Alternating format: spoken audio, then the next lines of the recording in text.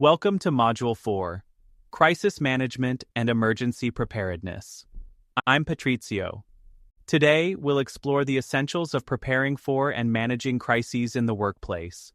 This includes planning for emergencies, developing effective communication strategies, and understanding the critical roles that HSE professionals play during a crisis. Our goal is to equip you with practical tools and insights to manage unexpected situations effectively.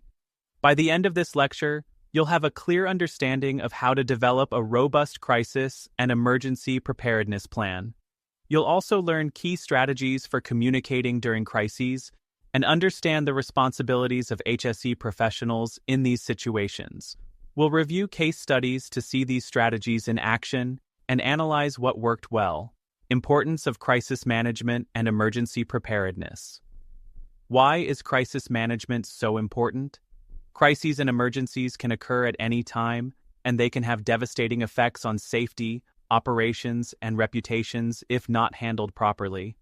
According to FEMA, around 40% of businesses fail to reopen after a major disaster, often due to inadequate crisis planning. Crisis management and preparedness aim to ensure safety, maintain business continuity, and protect assets. Effective planning helps organizations respond quickly, limiting both immediate and long-term impacts.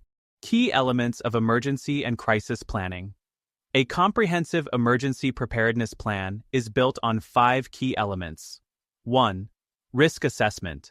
Identify potential threats relevant to your industry or location. For example, a chemical plant might focus on risks like spills or explosions, while an office might focus on fire safety and evacuation. 2. Preparedness. Develop protocols, create emergency kits, and set up backup systems. Conduct training and regular drills to keep everyone prepared. 3. Response. Clearly define actions to be taken during an emergency. Establish a chain of command and designate specific response teams. 4. Recovery. Plan for resuming operations after a crisis, including site recovery and operational continuity. 5. Review and update. Regularly review the plan and update it based on lessons learned from drills, new risks, or changes in the work environment. These elements together create a proactive framework for managing emergencies effectively and adapting as necessary. Case study: emergency preparedness in a chemical manufacturing plant. Let's look at a real-world example from a chemical plant. Background. Due to the high risks associated with hazardous materials, this plant implemented an advanced emergency preparedness plan. Actions taken. They conducted thorough risk assessments, installed emergency response equipment, provided specialized training for employees, and established an on-site command center. Outcome.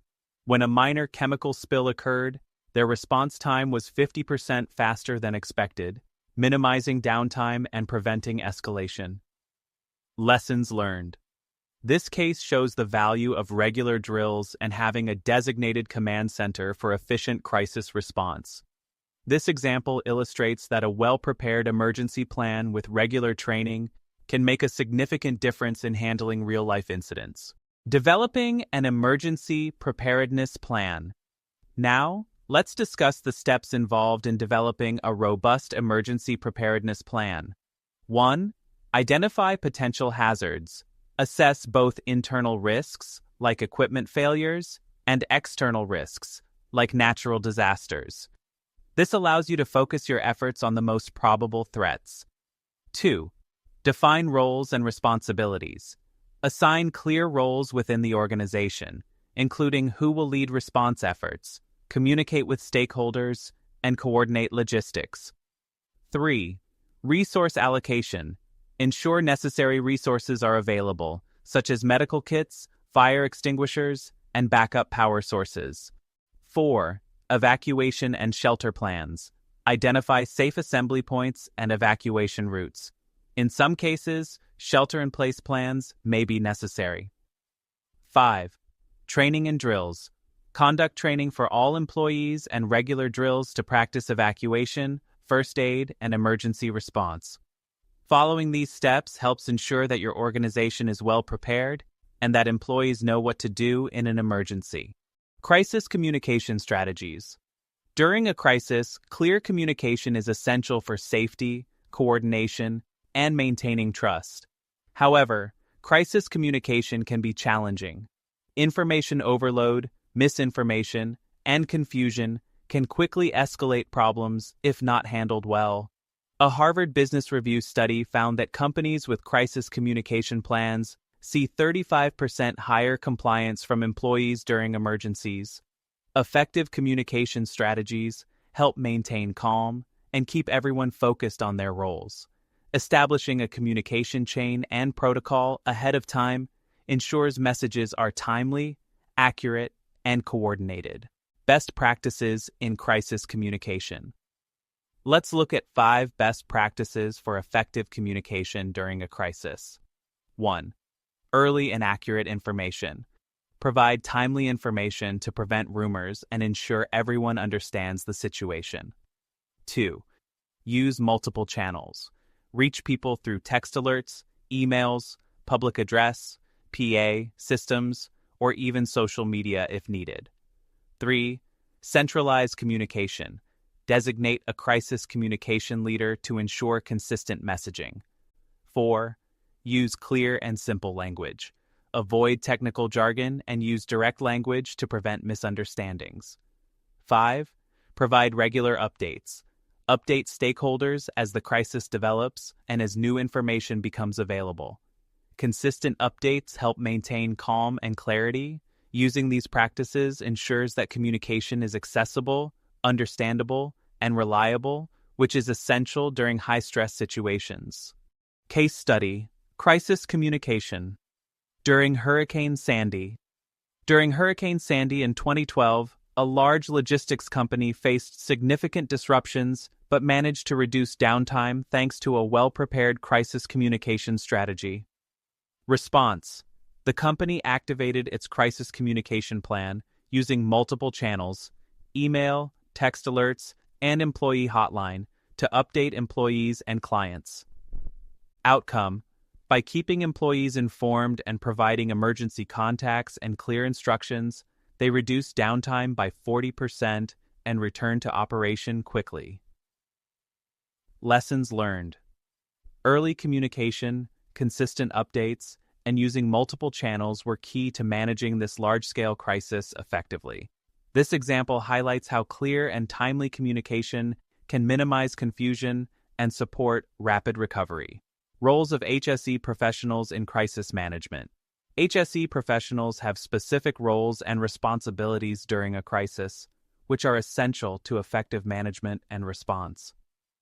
Risk assessors monitor and update risk assessments as a crisis unfolds, ensuring that leadership has current information. Response coordinators guide emergency response efforts and ensure that teams understand and follow crisis protocols.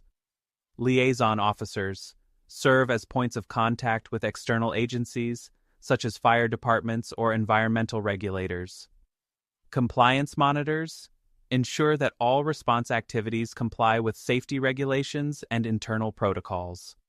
According to the International Labor Organization, companies with dedicated HSE crisis teams report 30% fewer post-crisis violations, which shows the impact of having trained HSE professionals during crises. Effective crisis leadership by HSE professionals. Effective crisis leadership by HSE professionals requires several key qualities. Decision-making skills. HSE leaders must make quick, informed decisions based on available data and changing circumstances. Clear communication. They should be able to convey critical information clearly to employees, stakeholders, and external agencies. Empathy and support. Offering support to those affected, both emotionally and practically, can make a significant difference in how employees respond to a crisis. Adaptability. Crisis situations are unpredictable, so flexibility and the ability to adjust plans as needed are essential. A strong HSE leader in a crisis can coordinate teams, maintain morale, and ensure that the response is both efficient and compassionate. Case study: role of HSE professionals in an oil spill crisis. Let's look at a specific example of HSE professionals in action during a crisis. Scenario: during an offshore drilling operation, a significant oil spill occurred, creating both environmental and safety risks.